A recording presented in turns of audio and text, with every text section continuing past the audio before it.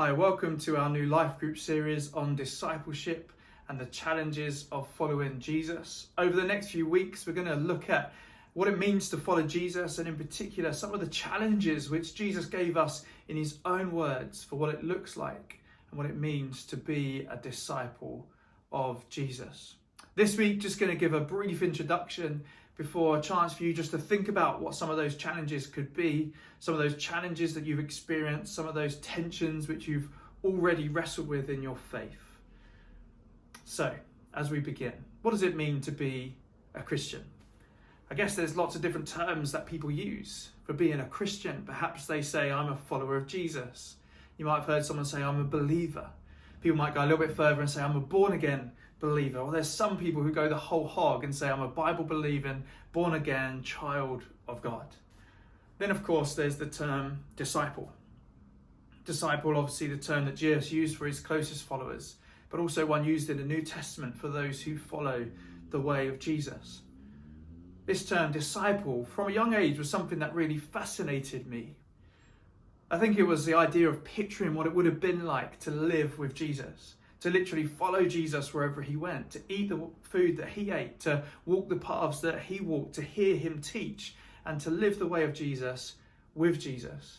For me, this is what it means to be a disciple, to live the way of Jesus with Jesus. Yet I know that as a preacher, and having heard many other preachers discuss it as well, that at times we can make that sound like the most amazing, most glamorous thing that you could ever be, a disciple of Jesus. Now, don't get me wrong. It is amazing. It is probably the best decision that you could ever make to be a disciple of Jesus. But if we make it sound easy, or if we make it sound glamorous, then I believe we miss the point. See, when Jesus was teaching, he spoke to individuals and encouraged them to leave their family, to sell all of their possessions, to pick up their cross and to follow him. He spoke and encouraged those who listened to count the cost of following Jesus. See, following Jesus is the best thing that we could ever do. But if we never discuss or engage with the challenges that it brings, there's a danger, I believe, that we could become ineffective in our following. The media and the world around us encourages us to seek comfort, to consume what we like, and to be happy. But then it's no wonder that we see in our world around us divorce rates on the rise, mental health rates on the rise, and generations of children who seek to get out of this world as opposed to give to it. See, when we get married, we make a commitment not just for the good times, but for the bad. We literally say for better or for worse, in richer and in poorer, in sickness and in health. When we have children, we know that it's not all going to be, coochie coos and skipping in parks. We know there's going to be dirty nappies and sleepless nights and cuts and grazes and other issues as they grow up. Yet when it comes to faith and following Jesus, we sometimes make it sound as if it's all about walking on water and miracles and victory. And yet, looking at the life of Jesus, the greatest victory that he won for us was his own death on the cross. And so when we look at following Jesus, being a disciple, which is to follow the way of Jesus with Jesus, we have to look at the challenges that he gave us, the challenges that brings, and what it means to truly follow the way of Jesus.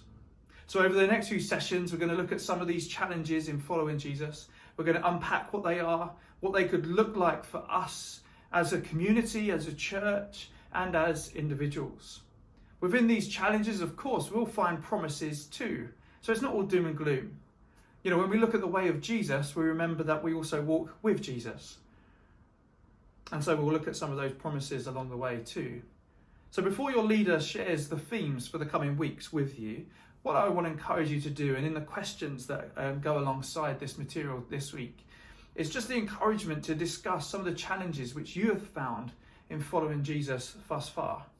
Perhaps you've experienced the challenges of following Jesus. Perhaps you've wrestled with aspects of your faith. Perhaps you still live in the tension of some of those challenges.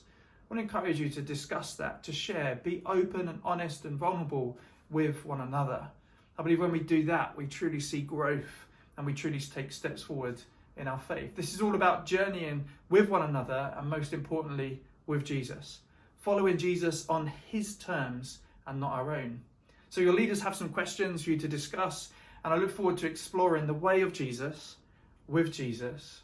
with you, over the next few sessions. Have a great discussion, and I'll see you all next time.